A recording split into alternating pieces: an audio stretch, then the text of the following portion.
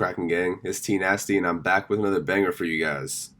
So today is Thanksgiving and I know I've been shitting on the UFC in 2024, but today I'm feeling thankful, so I decided to show some love. It hasn't been the greatest year, but there has been some banger fights. So I'm here today to give you guys 10 fights we are all thankful to have witnessed in 2024. This will essentially be a top 10 of the best fights so far this year, but it will be loosely ordered. As always, my takes are 100% factual, so if you disagree with this list, you are just straight up wrong. But let me know down in the comments what fight you are most thankful for from this year. I'm hungry, and the turkey is almost done deep frying, so let's not waste any more time and get right into this. Starting off with one that just happened last weekend, Petr Yan vs. Deiveson Figueiredo.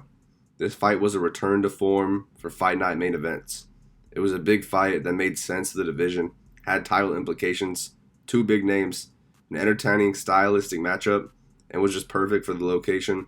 I don't know what else I can say. This was just perfect matchmaking by the UFC, which has been very rare this year, especially for fight nights.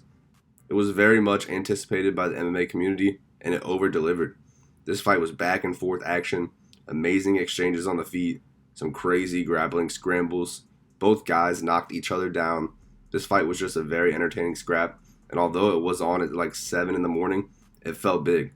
Both guys showed crazy heart and toughness. I could go on all day about this fight. I really hope the UFC sticks with making main events like this in 2025. Maybe it's recency bias, but this was one of the best fights I've seen all year. Second up, we gotta talk about one of the best title fights we saw all year with Dustin Poirier versus Islam Makhachev. Now UFC 302, up until that main event, was a snooze fest. And it wasn't looking good for it with Islam being a terrible stylistic matchup for Dustin. But Dustin knew this may be his last chance for the title, so he left it all out there. Aside from his KO loss, we have never seen Islam tested like he was against Dustin. Dustin really took the fight to him, was able to defend a lot of takedowns and get up when he wasn't able to. He was landing a lot of shots and even managed to cut Islam open. He truly gave him more adversity than he was expecting. Then, after back and forth scrap, Islam managed to gut it out and get the Darce choke in the 5th round after an extremely impressive takedown. I don't even know what to call that. Any wrestlers out there, let me know in the comments. I'm not sure if it was a single leg or an ankle pick or something else, but I was sick as hell. This fight was just cinema.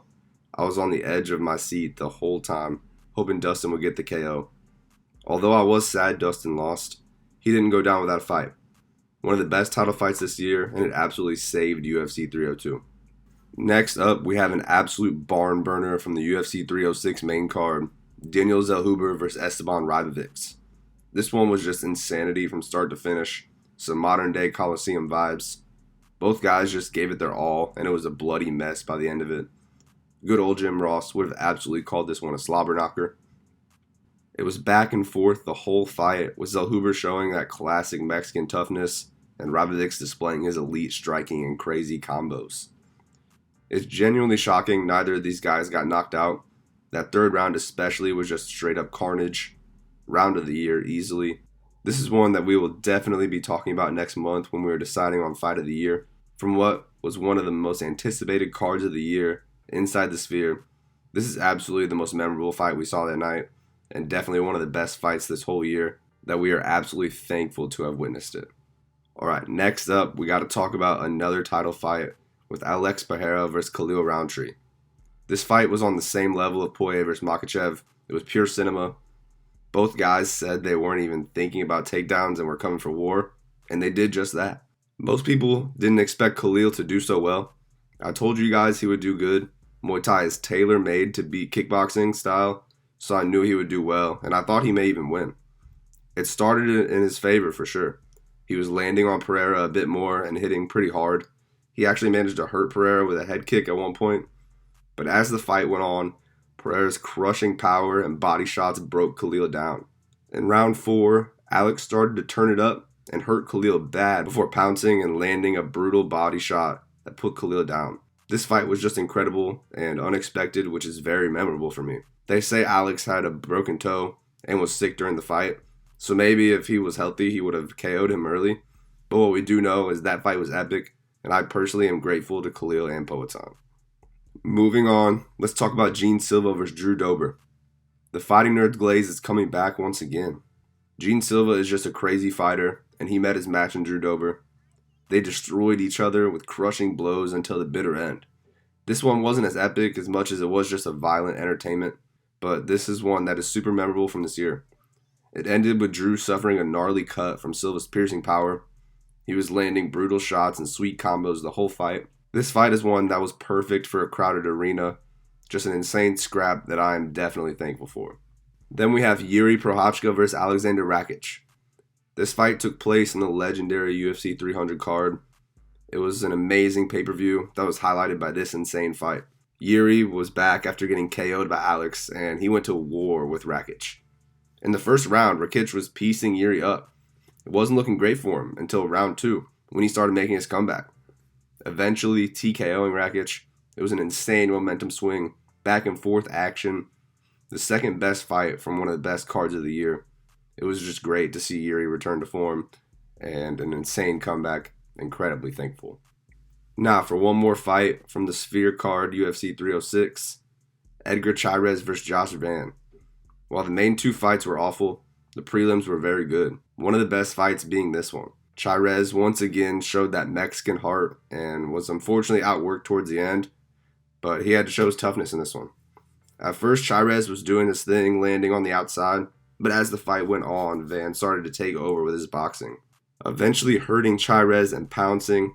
He was unable to get the KO because of that Mexican heritage once again, but he took rounds 2 and 3 for the win. It was a prelim fight, so the stakes weren't as high for this one, but it was very fun to watch. I'm just thankful to have watched some entertaining fights in the Sphere. Alright, let's move on to Mikbek Orolbay versus Mateusz Rebecki. This one happened at UFC 308 in Abu Dhabi.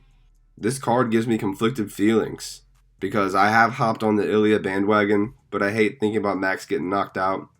But I love remembering this awesome fight. This one didn't have high stakes being on the prelims, but it did have that epic feel just from the fact that it felt like a movie. This fight felt like it had a story. With Orolbay winning early, but suffering a gruesome eye injury, barely even being able to see. He had to overcome adversity for a while, but was still doing well until he got dropped and hurt bad in round 3. He still fought until the end, and many thought he did enough to win, but the judges gave it to Rebecki. Both guys looked really good in this fight, and it was a great time to watch. Maybe one day they can run it back for the sequel, but for now, I'm thankful to have been there for this one. Second to last, I have to take this chance to glaze my boy Sugar Sean O'Malley. O'Malley vs. Chito Vera is one of my favorite fights from this year. By far my hottest take, but I don't care. I love O'Malley fights, and like I said, this list is 100% facts, so just be thankful for this truth I'm spitting. This is one of the most memorable fights this year for me. Sean mostly put a beating on Chito for 5 rounds. Everyone remembers that knee he landed. It sounded like a shotgun blast. Chito showed off his trademark toughness and ate everything Sean had. Chito even had some moments himself. It was a very good fight, and both men brought it. Right before the end, Sean decided to throw caution to the wind before the bell, and Chito caught him with a body shot that clearly hurt him right after it. It was another great title fight this year, and it's my list, so I'm going to rank it. And I'm thankful to have gotten a Sean O'Malley title fight as well. And last but not least, the fight that will probably end up being the fight of the year unless something crazy happens on these next 2 cards. Max Holloway versus Justin Gaethje. This fight was just incredible. The picture-perfect BMF title fight. Another one from UFC 300. This fight just clears anything else this year in my opinion. Real hardcores know Rebecki versus Orolbay, but to everybody including the casuals, Gaethje versus Holloway was the best fight this year. It was rock'em sock'em for the whole fight. Both men agreed to just go to war. Max was getting the better of Justin for the majority of this fight. He hurt him a few times, especially with a jump spinning back kick that Gaethje ducked into and got heel straight to the face. That shot was so nasty. But later in the fight, Gaethje actually managed to become the first man to knock Max Holloway down. Yes, I'm sorry Ilya, but Gaethje did it first. Then in the final round, with nothing but seconds left, both men collectively said fuck it. First, Gaethje throws a rolling thunder kick that misses. Then Holloway decides to gesture towards the middle of the cage, asking Gaethje to meet him in the middle and swing. Gaethje obliged. Now, this wasn't the first time Max had done this, but this time he managed to absolutely sleep Gaethje with 0 seconds left on the clock. The final horn actually sounded. That's how last minute this was. Absolutely epic ending. All the boys were going crazy for this when we were watching this. I'll never forget it. Fight of the year without a doubt. So thankful for this one. Bit of a long one for the Thanksgiving special, boys, but I had to show how thankful I was for these amazing fights this year. I was being negative for a while, so it was time to bring some positivity. Let me know down below what your favorite fight this year was, gang. I hope you enjoyed this Thanksgiving special. You guys know I like to celebrate the holidays. If you did, don't forget to drop a like, leave a comment, hit that subscribe button, share this shit on Facebook, ring the notification bell, become a member, create a second account, and then repeat those steps for me. As always, if you aren't doing those things, you're just a straight up casual with all due respect. If you want to be a Test Max, hardcore MMA fan like myself, you must be subscribed to this channel. We are on the road to 250 subscribers, gang. Let's hit that before the end of the year. When I hit that goal, I will be doing a giveaway, so make sure to subscribe if you want a chance to be one of the lucky winners. Most people don't realize they haven't subscribed, so hit that button if you haven't. It helps me out a lot. But with all that being said, I'm out. Take it easy, gang.